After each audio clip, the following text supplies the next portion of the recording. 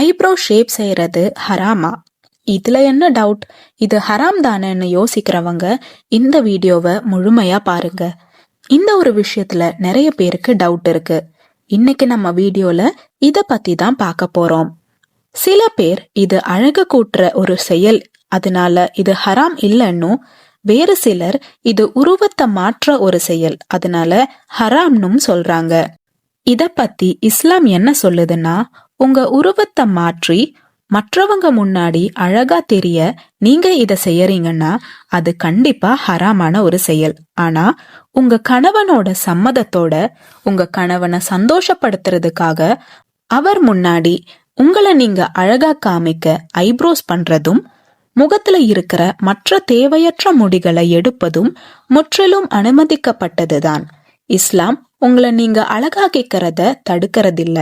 ஆனா இத மற்ற ஆண்கள் முன்னாடி உங்களை அழகா காட்ட நீங்க செய்யறதா இருந்தா அது மிகப்பெரிய பாவம்.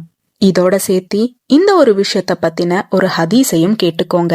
பச்சை குத்தும் பெண்களையும் அதை செய்துவிடும் பெண்களையும், புருவத்தை பிடுங்கும் பெண்களையும் அதை செய்து கொடுக்கும் பெண்களையும், 2 பற்களுக்கு இடையில் இடைவெளிப்படுத்தும் பெண்களையும் அல்லாஹு தஆலா சபிக்கிறான் என்று நபி ஸல்லல்லாஹு அலைஹி வஸல்லம் அவர்கள் கற்றுத் தந்திருக்கிறார்கள்.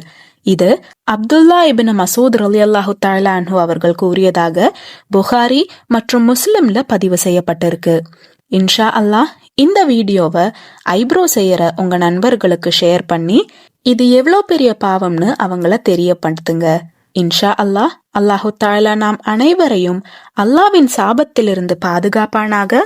ஆமீன்.